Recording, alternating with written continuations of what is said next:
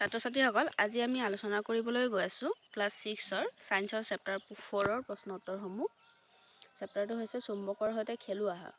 ইয়াৰ আগৰ ভিডিঅ'বোৰত ইয়াৰ আগৰ চেপ্টাৰবোৰৰ প্ৰশ্ন উত্তৰসমূহ দি থোৱা আছে, তোমালোকে তাৰ পৰা চাই ল'বা। যেহেতু এই চেপ্টাৰত বহুত প্ৰশ্ন আছে, গতিকে এই ভিডিঅ'টো অলপ দীঘল হ'ব, তোমালোকে ধৈৰ্য সহকাৰে চাবা। আহা আমি আজি আলোচনা কৰোঁ চুম্বকৰ সৈতে খেলুৱা আহা। 1 নম্বৰ তোমালোকক দিছিলে খালি ঠাই পূৰ কৰা।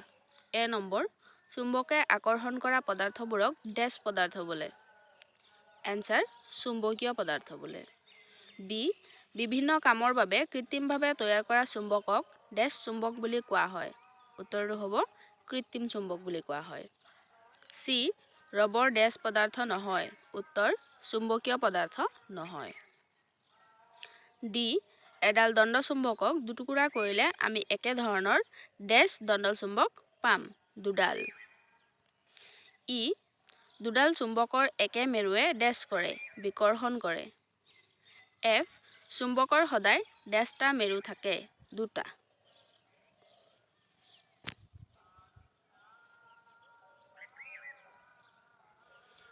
দুই নম্বৰত দিছিলে সত্য উক্তিবোৰত ৰাইট চিন দিয়া।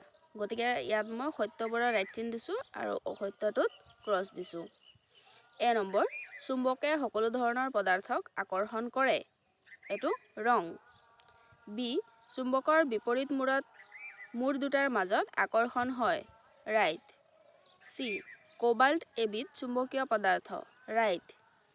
ডি দণ্ড চুম্বকে সদায় উত্তৰ দক্ষিণ দিশত মুখ কৰি থাকে, ৰাইট। ই গৰম কৰিলে চুম্বকৰ চুম্বকত্ব গুণ হেৰায়, ৰাইট। 3 নম্বৰত ক অংশৰ লগত খ অংশ মিলাবলৈ দিছে। ক স্তম্ভত চোৱা আৰু খ স্তম্ভত চোৱা মিলোৱাই আছে। কম্পাছৰ যন্ত্ৰৰ শলা ডিৰ লগত মিলিব, স্থিৰ অৱস্থাত উত্তৰ দক্ষিণ দিশত অৱস্থান কৰে। 2 নম্বৰ লুৰ গজাল চি নম্বৰৰ লগত মিলিব, চুম্বকৰ দ্বাৰা আকৰ্ষিত হয়। 3 নম্বৰ মেগনেটাইট এ নম্বৰৰ লগত মিলিব, প্ৰথমে আৱিষ্কাৰ হোৱা চুম্বক। 4 নম্বৰ স্থায়ী চুম্বক বিৰ লগত মিলিব, চুম্বকত্ব গুণ দীৰ্ঘ সময়ৰ বাবে থাকে। 4 নম্বৰ তোমালোকক দিছিলে স্তম্ভ 1ত চুম্বকৰ এটা মূৰৰ অৱস্থিতি দেখুওৱা হৈছে। স্তম্ভ 2ত প্ৰত্যেক ক্ষেত্ৰত কেনেধৰণৰ ক্ৰিয়া হয় দেখুওৱা হৈছে। এতিয়া খালী ঠাই পূৰ কৰা। মানে ইয়াতে তোমালোকে এই অপজিটে যে এট্ৰেকশ্যন কৰে আৰু ছেম হ'লে যে ৰিপালশ্যন হয়, মানে বেলেগ বেলেগ হ'লে আকৰ্ষণ হয় আৰু একে মেৰু হ'লে বিকৰ্ষণ হয়, তোমালোকে সেই কনচেপ্টটো ইয়াত ইউজ কৰিব লাগিব। চোৱা, উত্তৰে উত্তৰে বিকৰ্ষণ কৰিব, উত্তৰ দক্ষিণ আকৰ্ষণ কৰিব, দক্ষিণ উত্তৰ আকৰ্ষণ কৰিব, আকৌ দক্ষিণ দক্ষিণ বিকৰ্ষণ কৰিব। 5 নম্বৰত MCQ দিছে শুদ্ধ উত্তৰৰ গোলটো সম্পূৰ্ণকৈ পূৰ কৰা। তলৰ কোনবিধ চুম্বকীয় পদাৰ্থ? কোনটো? এ আলপিন, বি ৰবৰ, চি প্লাষ্টিকৰ খাৰু, ডি কাঠৰ স্কেল। উত্তৰটো হ'ব এ আলপিন। এফালে ইয়াত কি কৰিছোঁ, এই অপশ্যনটো গোল কৰি দিছোঁ। 2 নম্বৰ তলৰ কোনবিধ অচুম্বকীয় পদাৰ্থ? এ লুৰ গজাল, B rubber band, C safety pin, D আলপিন। ইয়াৰ শুদ্ধ উত্তৰটো হ'ব ৰাবাৰ বেণ্ড। গতিকে ইয়াতে বি অপশ্যনটো শুদ্ধ। 3 নম্বৰ চুম্বকৰ কেইটা মেৰু থাকে? অপশ্যন এ 2টা, অপশ্যন বি এটা, অপশ্যন চি 3টা, অপশ্যন ডি 4টা। ইয়াৰ শুদ্ধ উত্তৰটো হ'ব 2টা। গতিকে অপশ্যন এ শুদ্ধ উত্তৰ। 6 নম্বৰ প্ৰশ্নটো হৈছে দণ্ড চুম্বক এডাল লুৰগুৰিৰ ওচৰলৈ নিলে চুম্বকডালৰ কোনটো অংশত লুৰগুৰি আটাইতকৈ কমকৈ লাগি ধৰিব? উত্তৰটো চোৱা, দণ্ড চুম্বক এডালৰ দুই মূৰৰ তুলনাত ইয়াৰ মাজভাগত আকৰ্ষণীয় বল কম।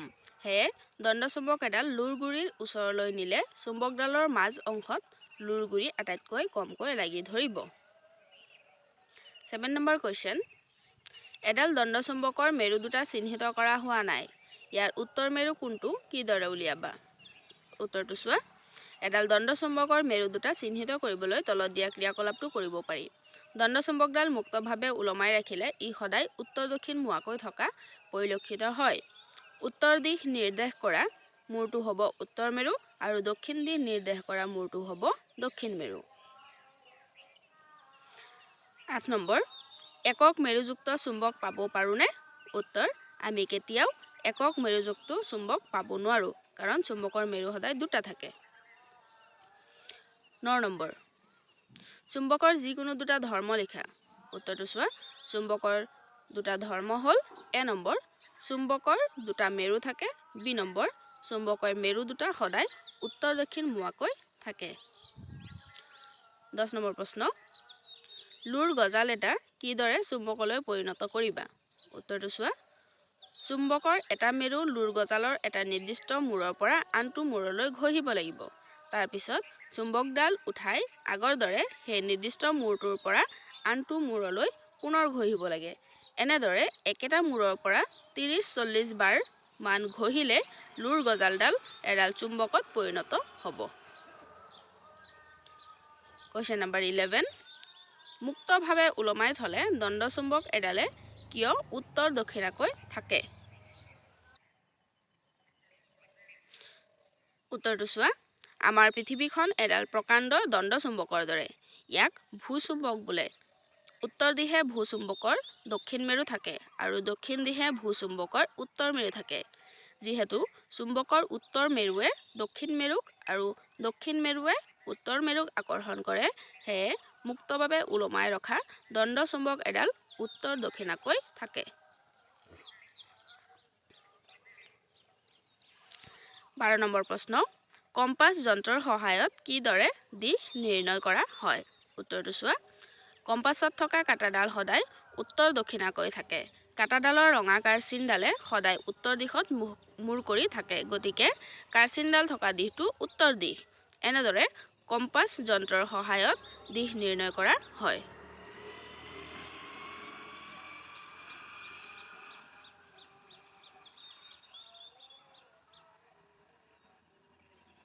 13 নম্বৰ প্ৰশ্ন, অশ্বক্ষুৰাকৃতিৰ চুম্বকৰ মেৰু দুটা কিদৰে চিনাক্ত কৰিবা? উত্তৰটো চোৱা, এডাল কম্পাছ বা এডাল দণ্ড চুম্বক ব্যৱহাৰ কৰি অশ্বক্ষুৰাকৃতিৰ চুম্বকৰ মেৰু দুটা চিনাক্ত কৰিব পাৰি।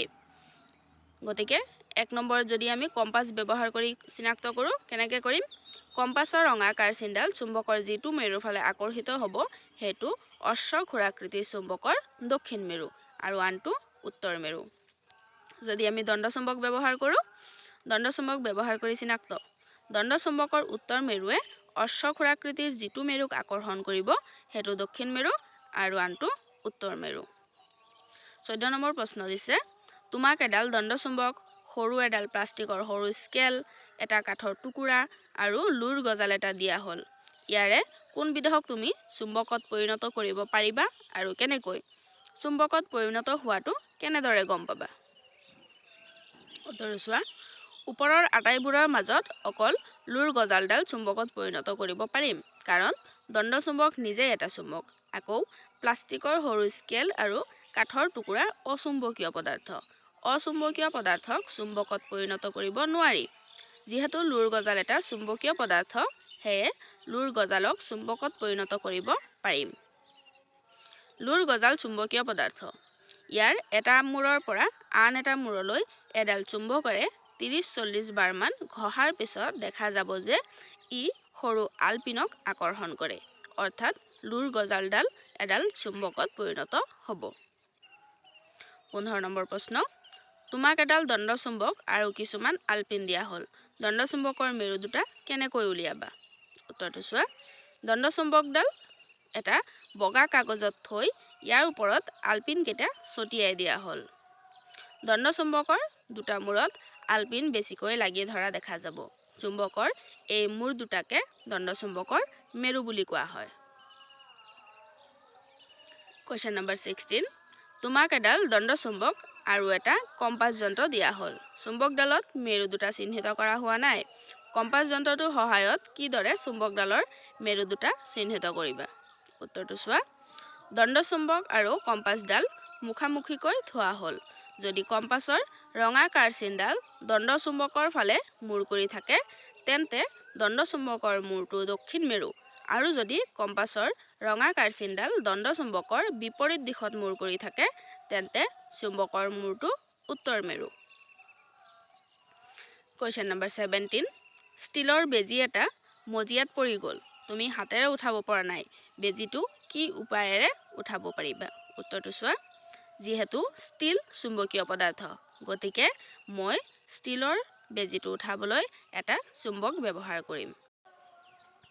কুৱেশ্যন নম্বৰ 18 ধৰা হ'ল তুমি এখন নতুন ঠাইলৈ ফুৰিব গ'লা, তোমাৰ লগত এটা কম্পাছ যন্ত্ৰ আছে, তুমি কিদৰে ঠাইখনৰ দিশবোৰ নিৰ্ণয় কৰিবা? উত্তৰটো চোৱা।